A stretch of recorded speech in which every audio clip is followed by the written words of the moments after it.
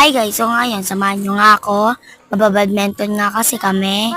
Kahit nga tanghaling tapat at mainit, dito muna kami sa garahe. Jessica. Kaya ayan, nakikita nyo naman, di niya nasasapol yan. Kaya paulit-ulit lang, paputol-putol laro. So, ayan, nakita nyo naman, nawawala pa nga ako sa camera. Pumalit na nga kami ng pwesto, dito na nga kami sa kalsada. Kasi paano ba naman, dito kami nasasanay.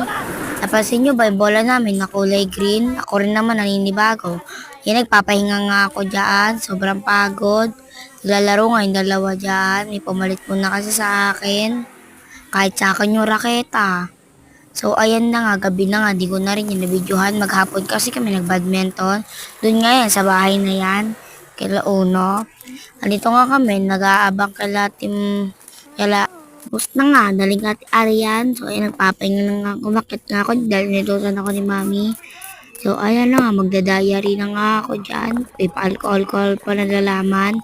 Di ko na nga paparinig. Pag nagsasabi ko yan, kay binis over ko na lang. Mabilisan na nga lang yan. May singsing ako dyan, nabunot ko. Yan na nga, naganda na nga ako dyan ng damit.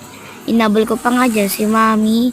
Ano ba naman kasi inaeram daw ng kapatid ko yung cellphone niya. Pauwi na nga ako dyan, nahingal at pagod. So, ayan na nga, binigay ko na nga sa kapatid ko. So, ayan naman nga, naan pa nga ako dyan. Excuse me po. Nagayos na nga ako dyan, labo, kahit matutulog na. Kumain na rin pala ako dyan, kaya nga nabibigay ako. So, ayan, mapaganda pa sa salamin bago matulog. So, ayan na nga.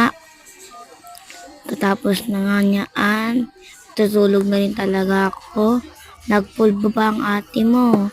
Kahit matutulog lang naman. So, nakikita nyo na. Di nyo ba napapansin yung pulbo? Di ko rin alam kasi sa camera ko. So, naantok na nga ako dyan. Kaya, nag-ayos na nga ako dyan ng kama ko bago matulog. Pom-poms nga pala, yung ginamit kong kumot. So, ayan na nga yan. Di ko nga alam na nakabukas pala yung cellphone ko. Nakalimutan ko palang patayin.